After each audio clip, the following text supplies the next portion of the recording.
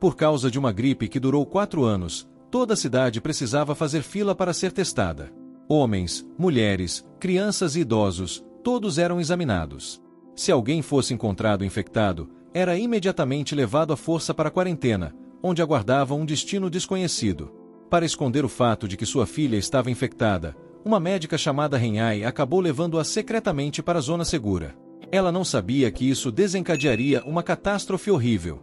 Há pouco tempo, em uma noite escura, um grupo de imigrantes do Sudeste Asiático, os Toduk, chegou à Coreia do Sul após enfrentar muitas dificuldades. No entanto, junto com eles, veio um vírus desconhecido da gripe suína. Quando as pessoas que os receberam abriram o container, ficaram horrorizadas ao descobrir que todos dentro já estavam mortos. Os irmãos Seojun, responsáveis por recebê-los, rapidamente gravaram tudo com seus celulares. Enquanto estavam em pânico, um menino sujo e maltrapilho surgiu do meio dos corpos. Em um momento de desespero, o irmão mais novo de Seojun tocou o menino. Para justificar sua ação ao chefe, os 2 irmãos, apavorados, decidiram levar o único sobrevivente de volta. No entanto, durante uma parada na viagem, o sobrevivente escapou. Nesse meio tempo, o irmão mais novo de Seojun já estava infectado com o vírus. Seojun pensou que era apenas um resfriado comum e o levou a uma farmácia. O que eles não sabiam era que, enquanto o irmão tossia e espalhava o vírus, a doença começou a se propagar rapidamente. Pouco tempo depois, a cidade começou a ver um grande número de pessoas infectadas. Os sintomas iniciais eram tosse e resfriado, mas, com o passar do tempo, a condição dos infectados piorava rapidamente. A tosse intensa era acompanhada de mal-estar grave. Enquanto isso, o irmão mais novo de Seojun foi levado para a sala de emergência. Seu estado era crítico, e seu corpo começou a apresentar feridas e necrose. A médica responsável pelo caso era Renhai, uma mãe solteira e uma mulher independente. Pelos sinais no paciente, ela rapidamente deduziu que se tratava de uma infecção por um vírus da gripe suína. Além disso, ao ver o vídeo no celular do paciente, descobriram um container. Sem dúvida, o vírus havia se originado dali. Para evitar que a situação piorasse, Renhai perguntou a Seojun sobre a localização do container. No entanto, ao saber que seu irmão estava à beira da morte, Seojun perdeu o controle. Ele ignorou as ordens dos médicos e tentou invadir a sala de emergência. Esse ato acabou expondo todo o hospital ao vírus. Felizmente, a polícia conseguiu encontrar o container que era a fonte do vírus e, seguindo ordens superiores, isolaram o local. No entanto, o perigo não se limitava a isso. Renhai notou pegadas nuas ao redor do container, indicando que havia outro sobrevivente que havia escapado. Enquanto isso, o menino que fugiu chegou ao centro da cidade. Por acaso, ele acabou salvando a filha de Renhai, Meilu. Agradecida, Meilu ofereceu água e pão ao menino, mas, nesse contato próximo, ela acabou sendo infectada pelo vírus. Para ajudar o menino, Meilu chamou um amigo de sua mãe, Zigil. Quando eles voltaram ao local onde o menino estava escondido, ele já havia desaparecido. Enquanto isso, Renhai percebeu a gravidade da situação e informou ao diretor do hospital sobre o sobrevivente que carregava o vírus. Com as evidências do vídeo, eles identificaram a aparência do menino. Renhai deduziu que, se o menino ainda estivesse vivo, ele provavelmente tinha desenvolvido anticorpos contra o vírus. O diretor, reconhecendo a gravidade da situação, informou os superiores, mas eles menosprezaram a situação, considerando-a apenas uma gripe comum e repreendendo-os por causar pânico desnecessário. No entanto, à medida que mais pessoas adoeceram e foram hospitalizadas, os recursos médicos começaram a entrar em colapso.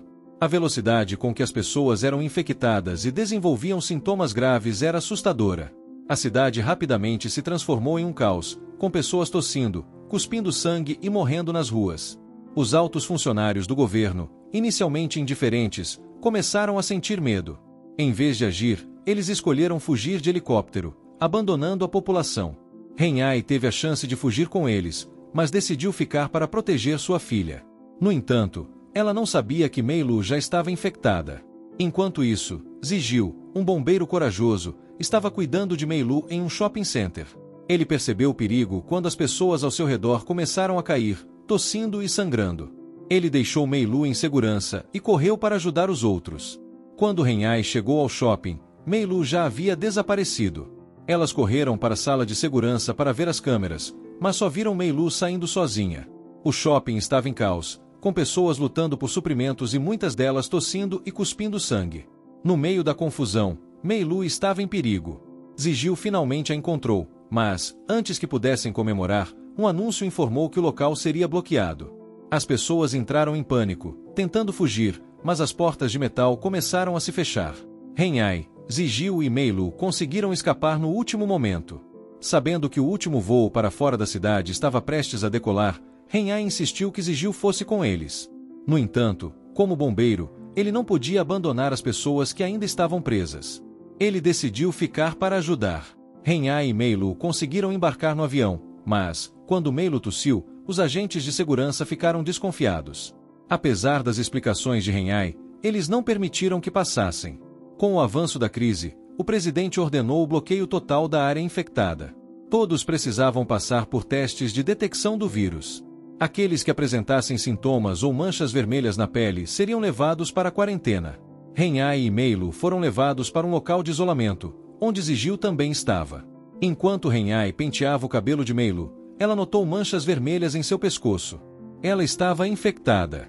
Sabendo que não havia cura para o vírus, Henhai tomou uma decisão desesperada. Durante uma confusão causada por outros infectados, ela empurrou Mei-Lu para a zona segura, escondendo sua condição. No entanto, a saúde de Mei-Lu piorou rapidamente, e Zigil percebeu que algo estava errado. Henhai implorou para que ele mantivesse o segredo. Apesar de seu conflito interno, Zigil concordou em ajudá-la. Enquanto isso, o menino que carregava o vírus foi encontrado na área de quarentena. Após 2 semanas de infecção, ele ainda estava saudável, indicando que tinha anticorpos. Seu soro poderia ser usado para criar uma vacina. No entanto, a condição de Mei-Lu era crítica, e ela não poderia esperar. Henhai decidiu arriscar e injetar o soro do menino diretamente em Mei-Lu. O menino, inicialmente assustado, concordou quando viu Mei-Lu. Ele se lembrou de como ela havia sido gentil com ele. No entanto, um guarda chamado Xiaoma testemunhou tudo e denunciou Henhai. Ela foi cercada por seguranças, mas, antes de ser detida, conseguiu injetar o soro em Mei-Lu. Ela foi atingida por um dardo tranquilizante e desmaiou, vendo sua filha ser levada. Enquanto isso, Zigil viu Mei-Lu sendo levada e correu atrás dela. Ele encontrou um estacionamento cheio de corpos, muitos dos quais ainda estavam vivos, mas sendo empilhados para cremação. Ele finalmente encontrou Mei-Lu, ainda respirando, e a levou para fora. No entanto, ele foi interceptado por guardas que não permitiriam que ninguém infectado escapasse. Henhai, ao acordar, descobriu que Mei-Lu havia sido levada para a área de quarentena. Ela correu para lá, mas só encontrou pilhas de corpos. Desesperada, ela procurou por Mei-Lu, mas não a encontrou. Enquanto isso, um soldado viu sua mãe sendo levada para o local de cremação e se revoltou, revelando a verdade para a multidão. Ele foi morto a tiros, mas sua ação desencadeou um levante. A multidão invadiu o estádio onde os corpos estavam sendo queimados e testemunhou a horrível cena. Zigil conseguiu escapar e informou Henhai que havia encontrado Mei-Lu. Enquanto isso, o menino com os anticorpos foi levado para um local seguro, mas foi atacado por Seljun, que queria vingança pela morte de seu irmão. O menino foi ferido, mas Henhai e sua equipe conseguiram levá-lo para a segurança. Enquanto isso, Xiaoma tentou sequestrar Mei-Lu para ganhar vantagem, mas foi impedido por Zigil. No entanto, Xiaoma incitou a multidão a tentar quebrar o bloqueio, levando um confronto violento com os soldados. Henhai tentou impedir a multidão, mas Mei-Lu, sem entender o perigo, correu em sua direção.